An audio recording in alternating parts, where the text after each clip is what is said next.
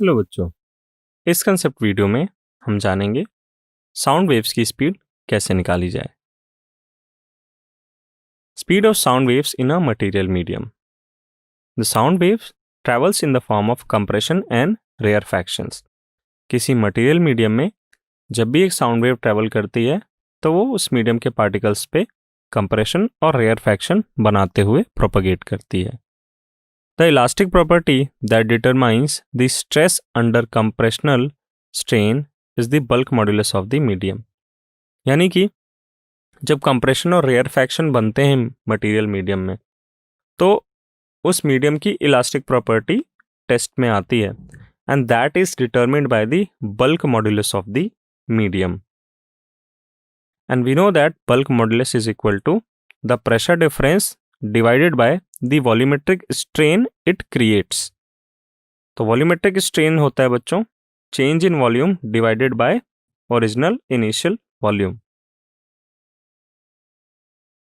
Here the change in pressure delta P produces a volumetric strain delta V by V. Dimensions of bulk modulus are m L raised to power -1 T raised to power -2।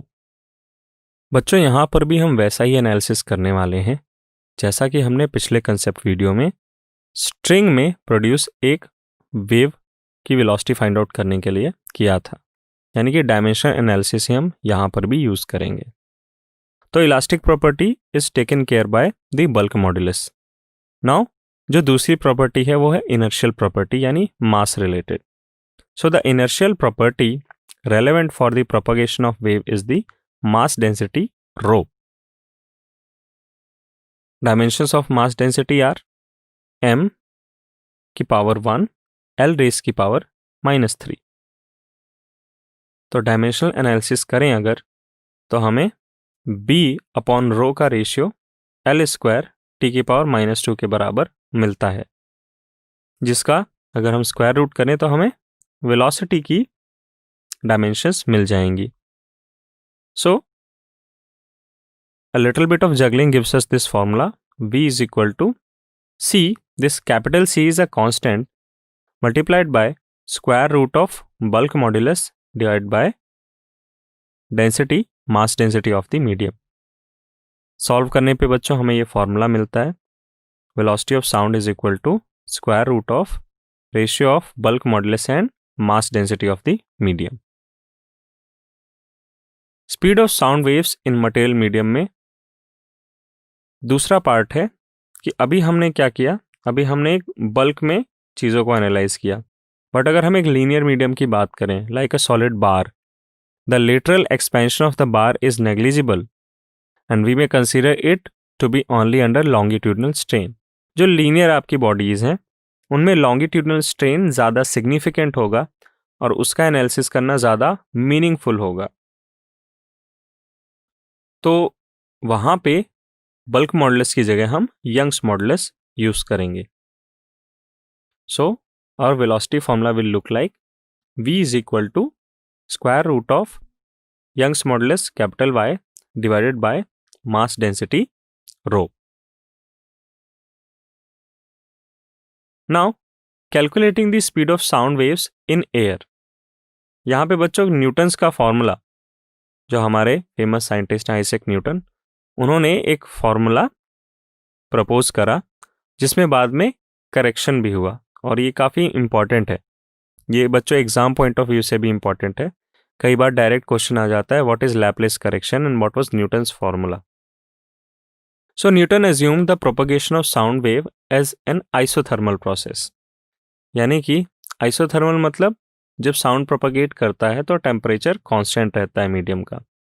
तो उस हिसाब से हमारी जो equation बैठेगी वो हो जाएगी PV is equal to N kBT, where capital N is the number of molecules in volume V, kB is the Boltzmann constant, and capital T is the temperature of gas in Kelvin. For isothermal change, P delta V plus V delta P is equal to 0. इसका मतलब pressure is equal to minus of delta P upon delta V by V. So P is equal to B. अब देखिए बच्चों, same expression आपके bulk modulus के लिए भी आ रहा था, यहाँ पे सेम एक्सप्रेशन इनिशियल प्रेशर के लिए आ रहा है। तो this gives us P is equal to B, और यहाँ पे जो हमने फॉर्मूले का मॉडिफिकेशन किया तो यहाँ से हमें एक्सप्रेशन मिला velocity is equal to square root of pressure divided by mass density. Estimate the speed of sound in air at standard temperature and pressure. The mass of 1 mole of air is 29.0 into 10 raised to power minus 3 kg.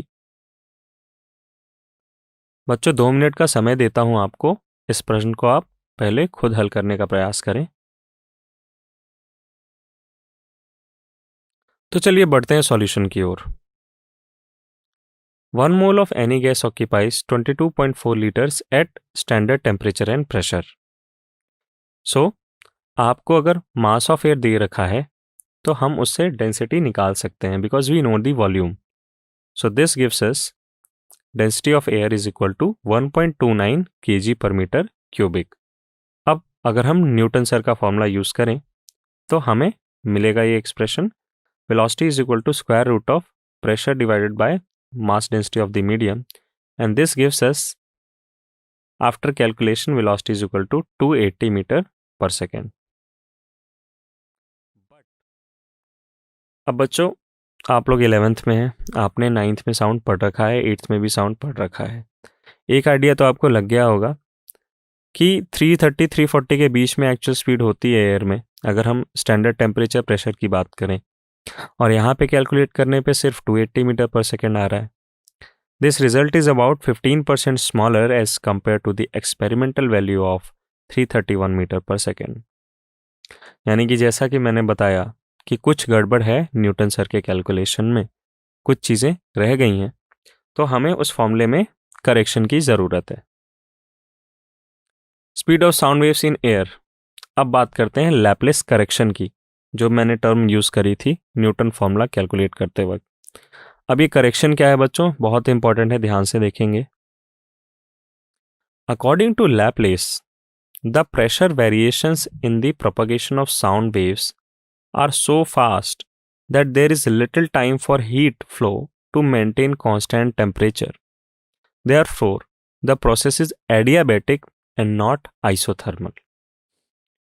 तो Laplace sir का ये कहना है कि चूंकि sound तो बहुत तेजी से फ्लो करता है, यानी कि जो प्रेशर वेरिएशंस होंगे मीडियम में वो इतने फास्ट होंगे कि हीट फ्लो मेंटेन करने के लिए बहुत कम समय होगा, और इसी वजह से जो हमारा सिस्टम है, जो मीडियम है हमारा, हम उसे आइसोथर्मल ना मान के एडियाबैटिक मानेंगे। इस पूरी प्रोसेस को, the propagation of sound wave को हम आइसोथर्मल नहीं एडियाबैटिक मानेंगे। कारण स्पष्ट है कि प्रोसेस इतनी फास्ट होती है कि प्रेशर वेरिएशंस जो कि बहुत फास्ट होते हैं उनके लिए हीट फ्लो मेंटेन करना बहुत मुश्किल होता है। सो यहाँ पे चूंकि अगर ये प्रोसेस एडियाबैटिक मानी गई है तो हमारी गैस इक्वेशन भी चेंज हो जाएगी। It will be P capital V raise to power gamma is equal to constant. अगर हम इसे डिफरेंशिएट करें पार्शियली तो हमें इक्वेशन मिलता है P gamma V raise to power gamma minus 1 delta V plus V raise to power gamma delta P is equal to 0, जिससे हमें गामा P का एक्सप्रेशन मिलता है minus of delta P upon delta V upon V raise to power gamma minus gamma plus 1, which is equal to again minus delta P upon delta V by V, तो जो कि हमारा bulk modulus का भी expression है। So gamma P is equal to bulk modulus but in adiabatic process. So हमारा जो equation modify होगा वो फाइनली कुछ इस तरीके से दिखाई पड़ेगा। Velocity is equal to square root of gamma times capital P divided by rho. For air gamma is equal to 7/5, so square root of 7/5 multiplied by 280 gives us 331.3 meter per second. So this value agrees with the measured speed of sound यानी कि Laplace sir ने जो correction suggest किया है वो बिल्कुल सही है। So let us take a look at the factors affecting speed of sound. एक नज़र डालें उन सभी कारणों पर जो साउंड की स्पीड को अफेक्ट कर सकते हैं। द मीडियम ऑफ प्रोपगेशन, यानी velocity of sound in solids is greater than that in liquid, which is consequently greater than that in gases. यानी सॉलिड मीडियम में साउंड सबसे तेज भागेगा, उसकी स्पीड सबसे ज़्यादा होगी। Solids and liquids have higher mass densities than gases, but solids and liquids are less compressible than air, so have a much greater bulk modulus. That is why sound waves travel faster in solids and liquids. Second factor is the effect of temperature. बच्चों हमारे पास जो expression है v is equal to square root of gamma p upon rho. So p is equal to R T by V, और R T by V जब हम use करेंगे तो हमारा रो जो है वो कैपिटल M यानी कि टोटल मास ऑफ मीडियम में कन्वर्ट हो जाएगा। So this looks like gamma R T by M. Capital R is a gas constant and capital T is the temperature of medium. So we can say that velocity is directly proportional to the square root of temperature. So when temperature increases, the speed of sound also increases. तीसरा है effect of humidity. When humidity of air increases, the density of air decreases.